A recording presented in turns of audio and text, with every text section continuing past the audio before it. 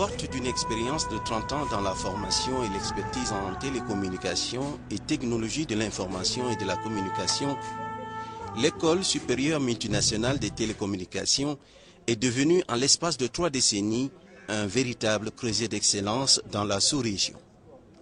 Elle est née de la volonté de 7 pays d'Afrique francophone désireux de disposer d'ingénieurs qualifiés et en nombre suffisant pour l'exploitation et la maintenance de leurs réseaux et services respectifs de télécommunications.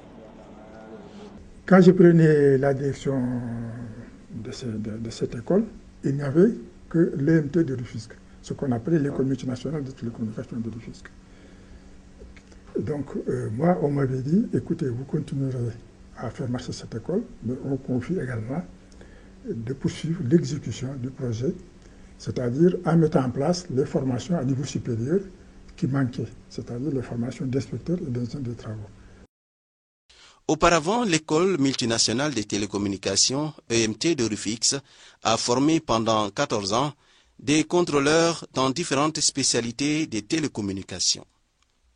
Nous sommes restés pendant 4 ans, et pendant 4 ans, nous avons eu à former 400 contrôleurs à travers les pays qui sont membres de l'École multinationale. C'est l'Afrique de l'Ouest, plus des pays de l'Afrique centrale et des pays associés.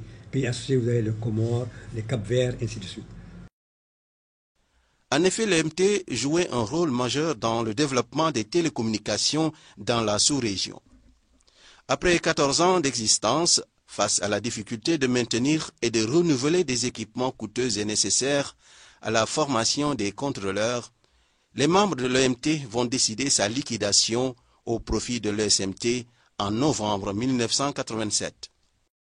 Il fallait à l'époque que la Sonatel contribue de façon significative à la construction de l'École supérieure multinationale de télécommunications. Parce qu'à l'époque, on comptait beaucoup plus sur les contributions de l'État. Mais nous avons pris le relais de l'État et nous avons engagé les ressources de la Sonatel pour construire cette école.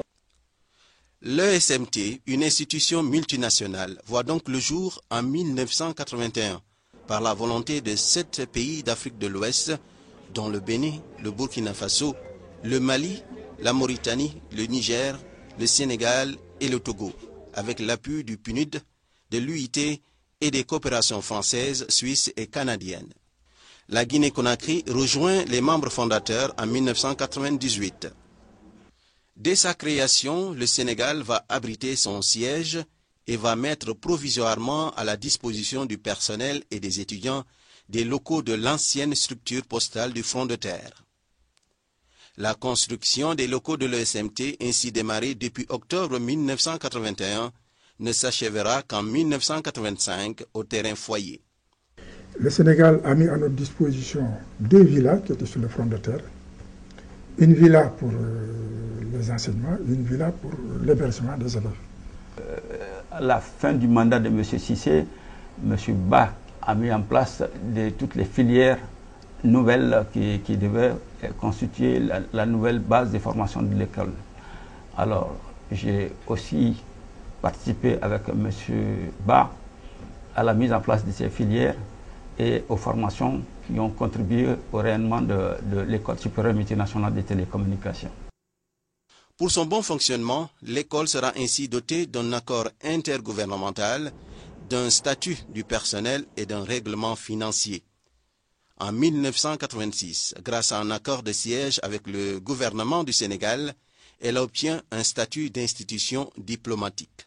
L'État du Sénégal, le gouvernement du Sénégal a continué à soutenir donc cette grande école multinationale des télécommunications en lui accordant déjà donc en signant avec un accord de siège qui lui donne un statut assez particulier.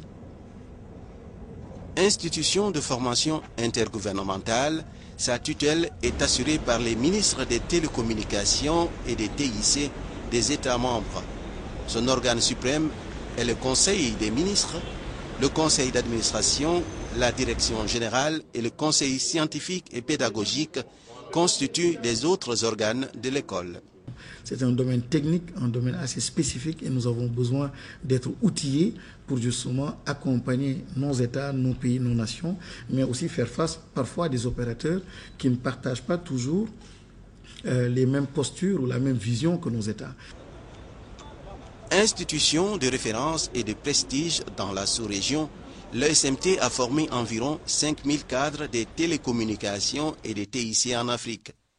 De même, son expertise est reconnue et appréciée par l'ensemble des acteurs du secteur. L'ESMT est une institution, une école crédible et qui forme d'excellents cadres. Nous avons beaucoup d'ingénieurs formés dans cette école-là et qui occupent tous les postes d'entreprise, de directeur à technicien supérieur. Cette situation de performance de l'école lui confère en 2000 le privilège d'être placé au niveau mondial parmi les 6 centres d'excellence de l'Union internationale des télécommunications et reconnu aussi comme centre d'excellence de l'Union économique et monétaire ouest-africaine depuis 2005. En plus d'être érigé en 2001 comme première académie régionale Cisco en Afrique de l'Ouest, les diplômes de l'ESMT sont reconnus par le Conseil africain et malgache pour l'enseignement supérieur en Afrique et elle en est membre depuis 2006. Cela nous a permis non seulement d'avoir des programmes en phase avec notre environnement, mais également de disposer de ressources conséquentes, notamment de ressources pédagogiques, des laboratoires, à travers des partenariats féconds que nous avons noués avec notamment des équipementiers du secteur.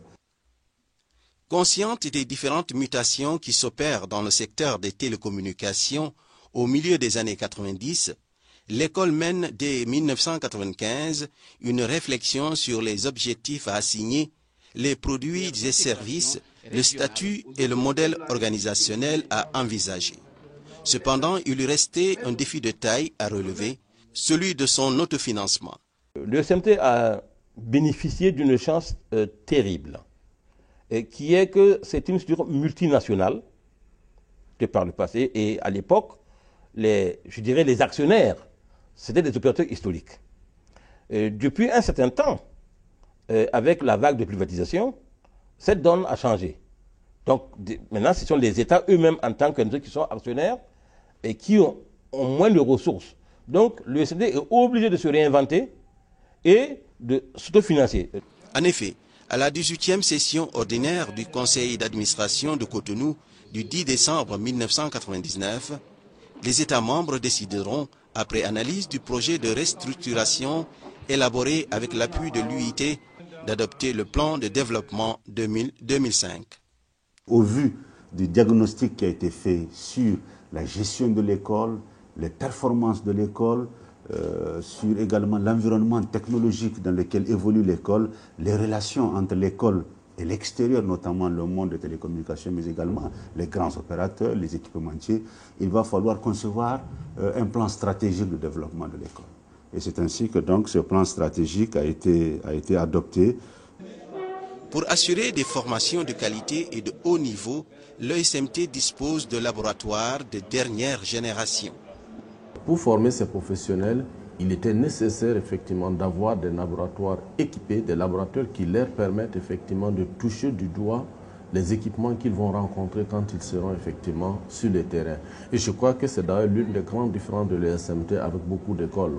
Pourquoi? Parce que nos étudiants qui sortent d'ici sortent effectivement en ayant touché le matériel qu'ils vont rencontrer lors effectivement de leurs activités professionnelles. Fer de lance du secteur des télécoms et des TIC en Afrique, le marché de la téléphonie mobile enregistre une croissance à 2 chiffres depuis 1999. Cette croissance rapide du secteur des télécoms a déjà été envisagée par l'ESMT.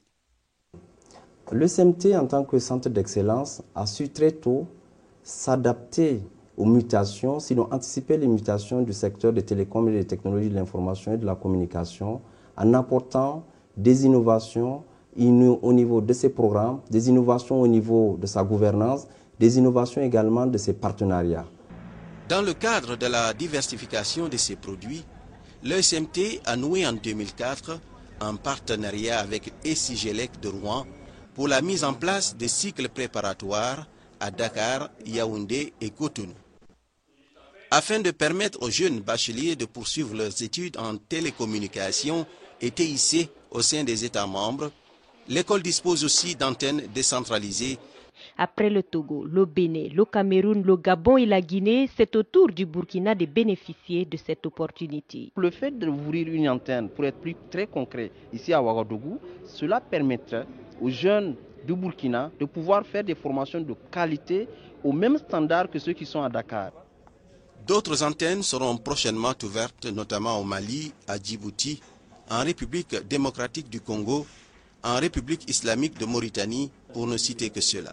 À ce jour, l'effectif total de cette institution qui fait la fierté de l'Afrique est de 1300 étudiants contre 244 en 2000. Certains lauréats de l'école, devenus aujourd'hui de hauts responsables, louent la qualité de la formation. Ma formation à l'ESMT, ça m'a permis quand même de mieux répondre à l'attente de ma hiérarchie. Ma finalité était d'être plus opérationnel dans l'activité de régulation. J'ai eu l'opportunité de participer à cet échange entre des formateurs qualifiés, des stagiaires professionnels expérimentés et des jeunes étudiants innovateurs. C'est 2 ans de belles aventures avec les SMT où j'ai quand même embrassé tous les domaines liés aux activités d'un opérateur de télécommunications. À moyen terme, l'école va augmenter sa capacité d'accueil avec de nouvelles salles de cours, un auditorium, de nouveaux laboratoires et un campus.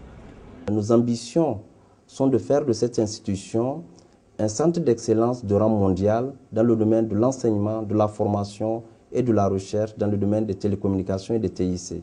Pour cela, évidemment, il nous faut une concentration de talents. Des talents, ce sont les enseignants, des talents, ce sont également les étudiants. En second lieu, il nous faut une mobilisation conséquente de ressources. Comme troisième levier, troisième composante, il y a l'aspect de la gouvernance. Sur le plan de la formation, elle a entamé son processus de migration vers le système LMD. L'ouverture d'une école doctorale à Dakar est également en cours d'étude. Les partenariats avec les acteurs du secteur vont également se renforcer. Compte tenu de la contribution significative des télécoms et TIC au développement économique et social de l'Afrique, l'ESMT entend consolider son positionnement dans l'expertise, le conseil et la recherche à l'échelle du continent.